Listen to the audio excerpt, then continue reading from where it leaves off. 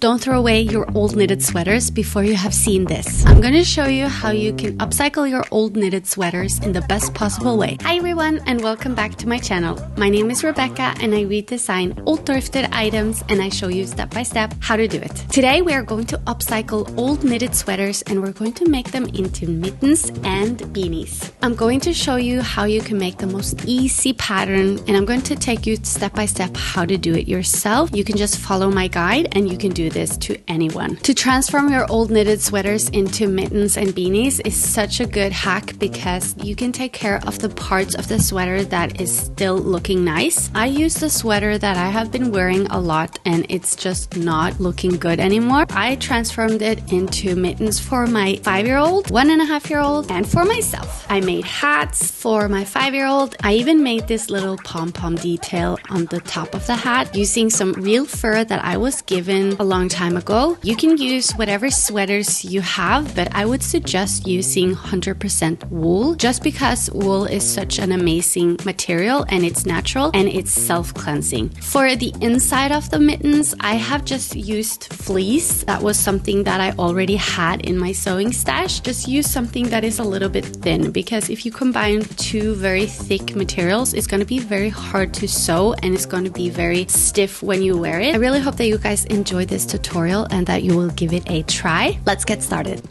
Okay, so we're starting to make the pattern, and for that you need a piece of paper and a pencil.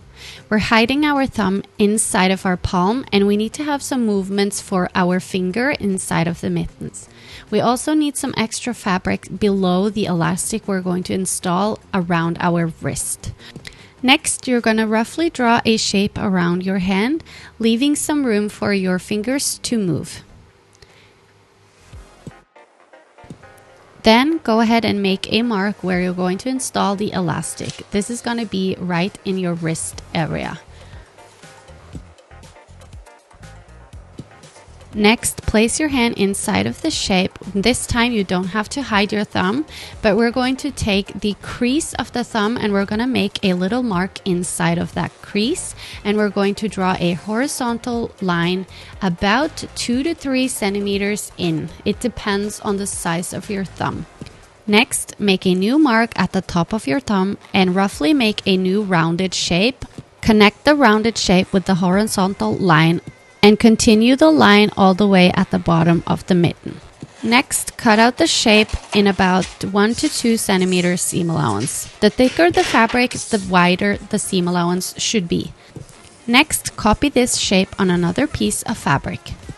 This will be the front of the mitten.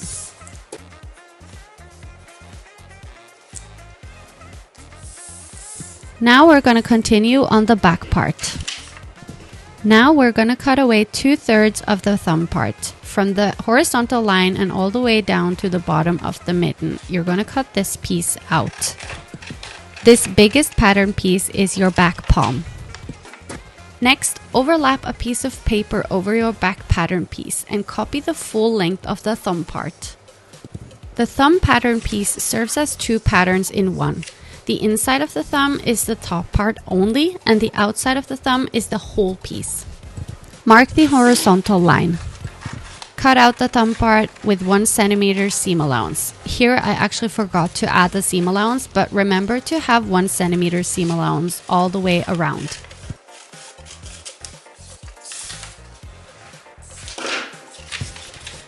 You can split this thumb piece in half and add seam allowance at the horizontal line that we made and then draw another full length thumb.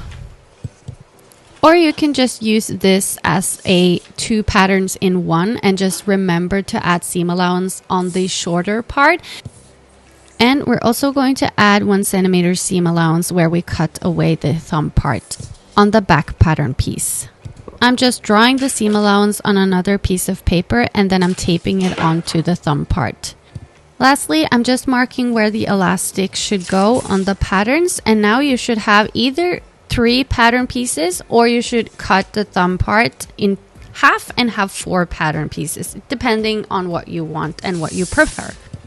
Now I'm finding the patterns that I made for my daughter and my son, and we're going to start cutting out the sleeve of our sweater and start cutting out 2 pieces of the front part in the outer fabric and 2 pieces of the inside of your hand, and also 2 pieces of the long thumb and 2 smaller pieces of the short thumb. And also do it in a lining, and here I just used some stretchy fleece. I also cut out for my son as well while I was starting. Now we're going to take the shorter thumb parts and we're going to sew it on the horizontal line. Next, fold the thumb pieces down and take the longer pieces over the shorter pieces and sew them around the thumb part only. Cut away excess fabric. After that, you can go ahead and turn the thumbs inside out on both of the thumbs, and next you're going to line the side of the thumb part all the way down to the mitten, and go ahead and use some needles to pin them down and sew also this part. Next, take some elastic, measure around your wrist and divide it in half so that you have half the front and half the back in 2 different pieces, and then sew them onto the front and onto the back. Next, when you have installed the elastic, you're going to sew the mittens together, right side facing each other on both mittens, and sew them close together.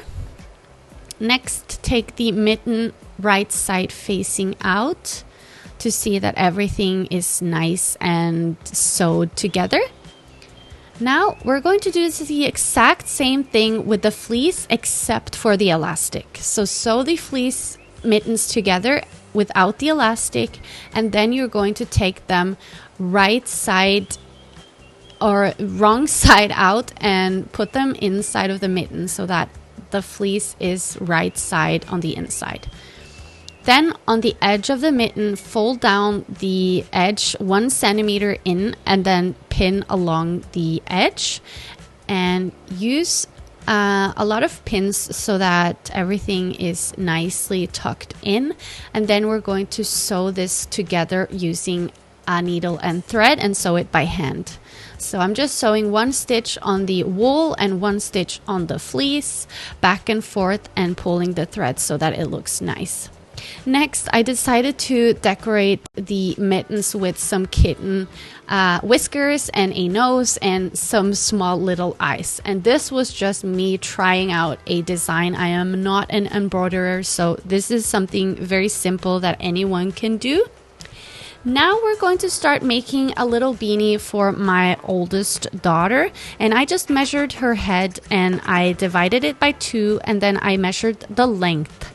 And next, I measure down 5 centimeters from the top of the head, and I cut a split down 5 centimeters. And then I cut also 1 centimeter on each side of the split so that it curves down into a little V shape. Sew these V shapes together on the lining and on the outer fabric. Next, I lost some footage and I just inserted the lining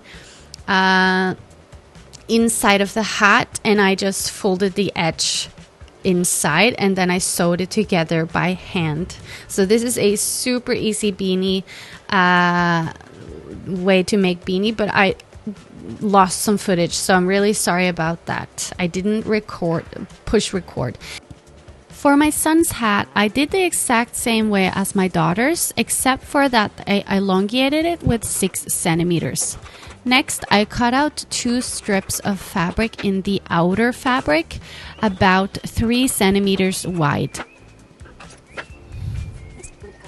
Then I also cut out some ear-shaped fabric in the wool, 4 pieces, so that I had 2 sets of ears. Then I measured 6 centimeters up from the middle part, and I made a mark, and then I cut a curved line up to that top part, and now we have a rounded shape, and these are going to cover the ears, and it's going to be snugly tied around the my 1-year-old when we are finished with the hat. I also did the same thing on the outer fabric, and I also cut the back a little curved so that it forms nicely around his neck. Now we're going to sew the V shapes together on the lining and the outer fabric, and we're also going to sew the ears together, right side facing each other, and then we're turning them around. Next, we're pinching the ears a little bit together, and then we're going to sew them on the front part of the hat on the outer fabric.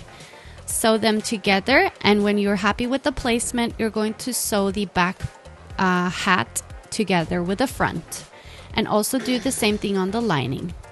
Next, we're going to sew the strips of fabric right side facing each other and sew the bottom part as well.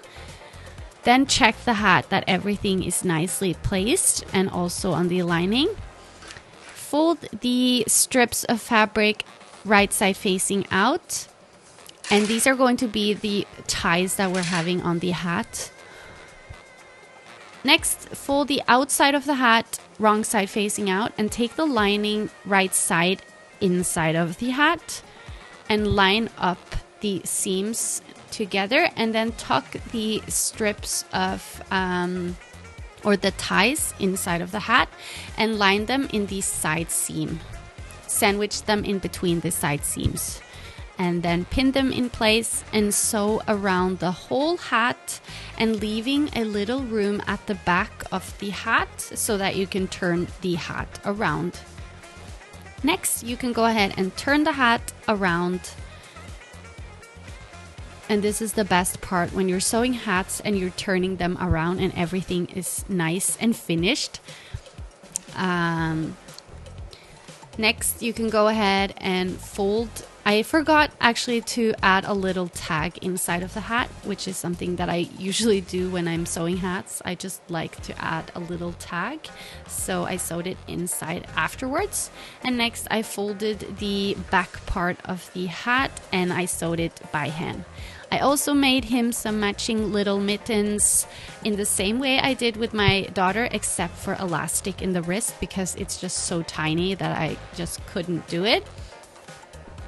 So I didn't have any footage of my kids wearing the hats and their mittens, but they look so cute with these hats, and they can be made for adults and for kids, and you can even make some long bunny ears for the little kids. Hat would be super cute.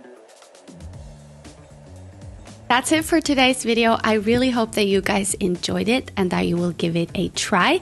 Please don't forget to subscribe to my channel for more content and give it a thumbs up if you enjoyed this video. I post new videos every Friday and I will talk to you guys next Friday. Bye!